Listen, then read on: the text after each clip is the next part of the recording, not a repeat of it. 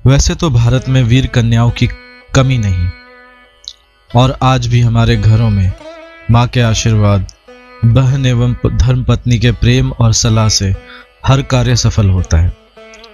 पर जब हम विद्या और बुद्धि की बात करते हैं, तब सती सावित्री और सत्यवान की कहानी सर्वोत्तम मानी जाती है।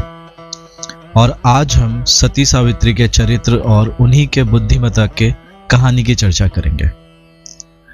महाभारत काल की बात है, जब सियालकोट, जो पाकिस्तान के पंजाब प्रांत में पड़ता है, कभी वो भारत का मद्र देश कहलाता था। उस समय मद्र देश के राजा अश्वपति थे।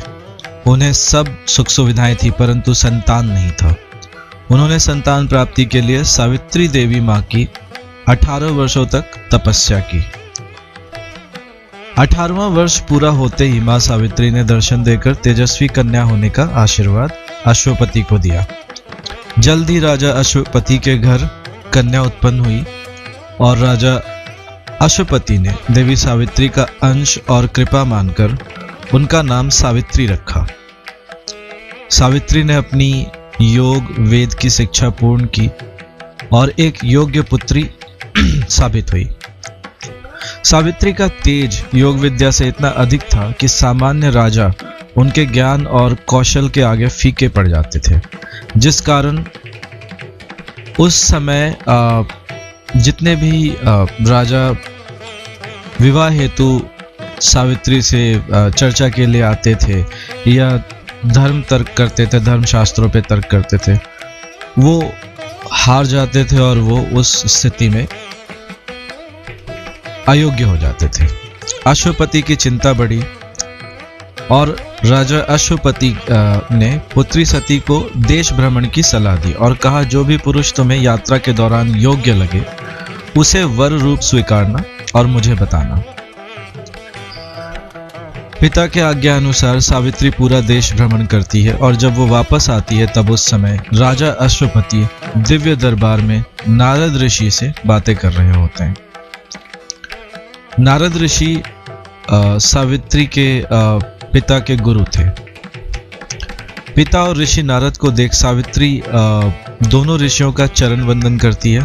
तब नारद जी विस्मित होकर पूछते हैं, आपकी कन्या कहाँ गई थी और कहाँ से आ रही है? राजा अश्वपति पूरी कहानी नारद जी को बताकर फिर सावित्री से पूछते हैं, बेटी तुम अपनी यात्रा का वृतांत बताओ। सावित्री बताती है, शल्व देश में धूम्रसेन नाम का एक राजा है, जो अब अपने पुत्र के साथ तपोवन के जंगल में निवास करते हैं। मैं उनके पुत्र सत्यवान को ही मन से अपना पति मान चुकी हूँ। यह सुनते ही नारद जी तुरंत ही दुखी हो जाते हैं और बोलते हैं, सत्यवान के माता पिता जीवन में हमेशा सत्य बोलते थे और सत्य मार्ग पर चलते थे, इसलिए ऋषियों ने उनके पुत्र का नाम सत्यवान रखा। सत्यवान तेजस्वी है, उसमें सारे गुण हैं, परंतु उसकी जीवन केवल 1 वर्ष ही बची है, जिस कारण यह विवाह दुखदायी हो सकता है। ऐसा सुनकर राजा ने बेटी को फिर से देश भ्रमण करने की सलाह दी और पुनः विचार करने की सलाह दी। सावित्री ने दृढ़ता से अपने पिता और नारद मुनि को उत्तर दिया, एक स्त्री जीवन में एक बार ही अपना वर चुनती है और मैंने सत्यवान को चुना। अब वो दीर्घायु हो या अल्पायु, मेरा निश्चय अटल है।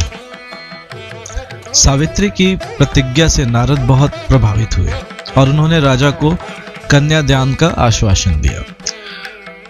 राजा ने भी अपने गुरु नारद ऋषि के वचन का पालन किया और नियमानुसार सत्यवान से बेटी सावित्री का विवाह किया।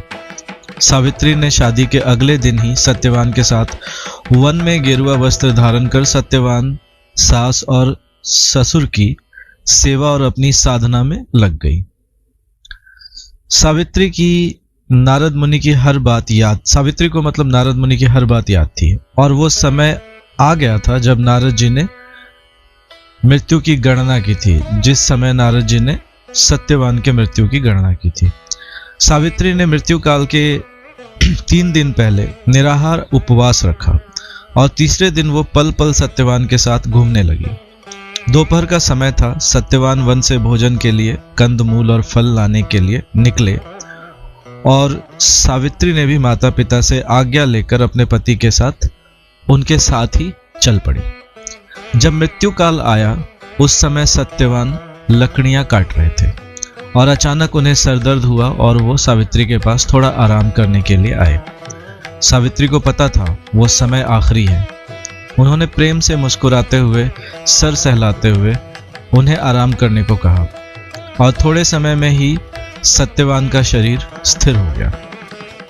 उसी समय लाल वस्त्र में यमराज आए, जिनका रंग श्यामला था और आंखें लाल थी। यमराज को सामने देख सावित्री ने उन्हें प्रणाम कर उनका परिचय पूछा। यमराज ने बताया, मैं सामान्यतः किसी को दर्शन नहीं देता, पर तुम योगिनी और पतिव्रता हो, इसलिए तुम मुझे देख पा रही हो।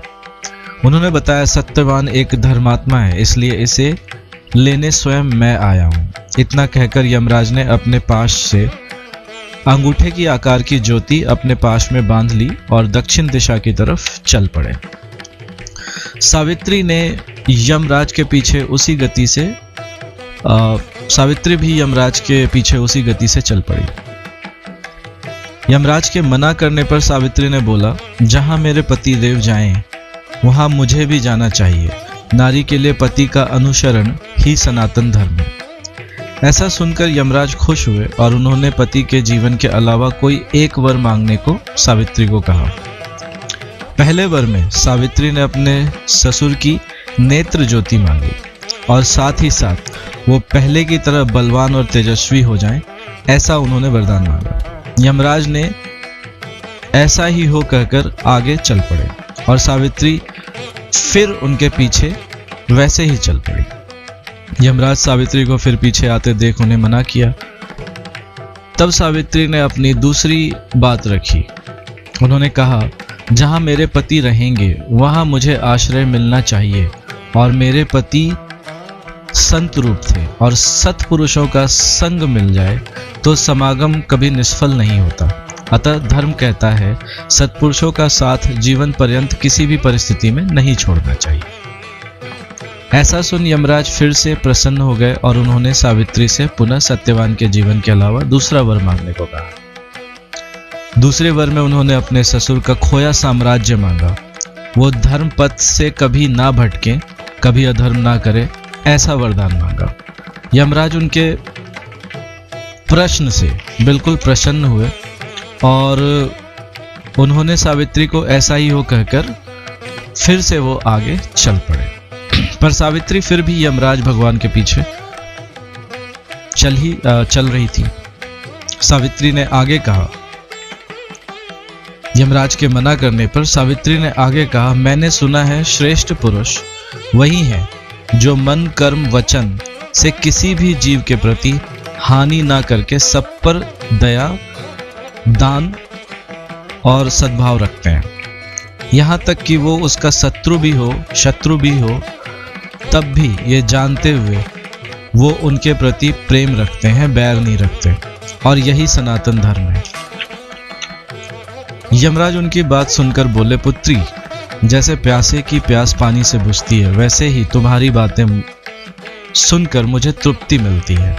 अतः तुम फिर से अपने पति के जीवन को छोड़कर कोई दूसरा वरदान मांगो। सावित्री ने फिर यमराज से अपने पिता के लिए 100 धर्म के प्रति समर्पित बलवान देवतुल्य पुत्र मांगे, क्योंकि सावित्री के अलावा अश्वपति की कोई संतान नहीं थे। यमराज ने आगे सावित्री से कहा, तू बहुत दूर आ गई है, अब वापस चली जा अपने पति के शरीर के पास और तेरा ये वर भी पूरा होगा। सावित्री यमराज के बातों का जवाब देते हुए कहती है, मैं दूर नहीं समीप हूं। मेरा पति ही मेरा संसार है और मैं उसके जब तक समीप हूं तो दूरी कैसी। आगे सावित्री कहती हैं, मेरी 2 बातें और सुन लीजिए। आप सूर्य देव के पुत्र हैं। शत्रु मित्र सब पर सामान्य रूप से न्याय करते हैं, इसलिए आप धर्मराज कहलाते हैं।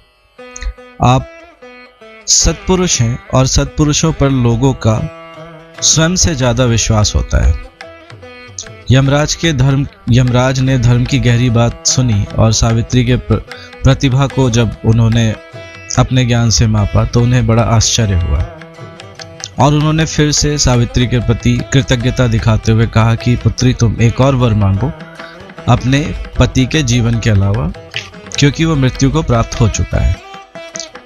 आगे सावित्री ने वरदान में 100 औरस पराक्रमी वीर देव तुल्य पुत्र खुद के लिए मांगे ताकि वंश वृद्धि हो।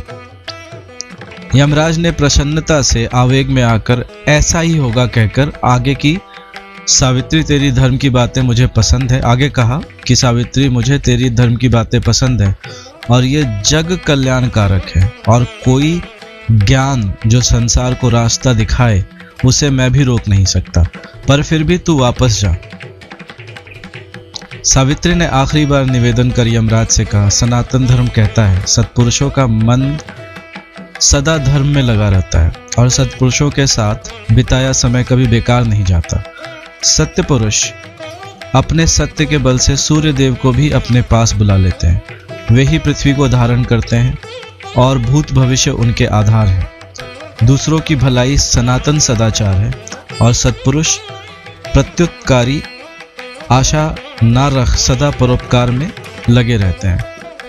यमराज ने द्रवित होकर सावित्री के सारे कथनों का सार समझ लिया और इस बार कुछ भी मांगने का वर दिया। सावित्री ने आखिरी वर में धर्मराज के पिछले वर की रक्षा के लिए, जिसमें उन्होंने 100 पुत्रों का वर सावित्री को दिया था, कहा बिना पति के ना पुत्र संभव है ना एक पतिव्रता नारी का किसी और पुरुष से विवाह, इसलिए धर्मानुसार वचन पूर्ति हेतु आप कृपया सत्यवान को जीवन दान दीजिए। यमराज ने प्रसन्नता से सत्यवान के प्राण को पाशों से मुक्त करते हुए 400 वर्षों की नई आयु प्रदान की और सावित्री की पतिव्रता की कथा। तो ये अमर ऐतिहासिक घटना हमें शिक्षा देती है कि हमें कभी भी अपने डिसीजन से, अपने सत्य के डिसीजन से जिसमें कि लोगों का भला हो, उससे कभी अपने लाभ हानि को देखते हुए पीछे नहीं हटना चाहिए।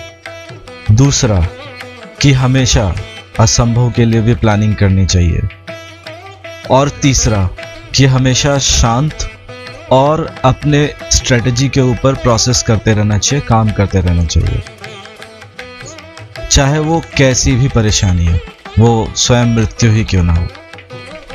तो हमारे पॉडकास्ट में बने रहिए और चैनल को लाइक, सब्सक्राइब और रिव्यू कीजिए और अपने फीडबैक्स शेयर करते रहिए। Thank you.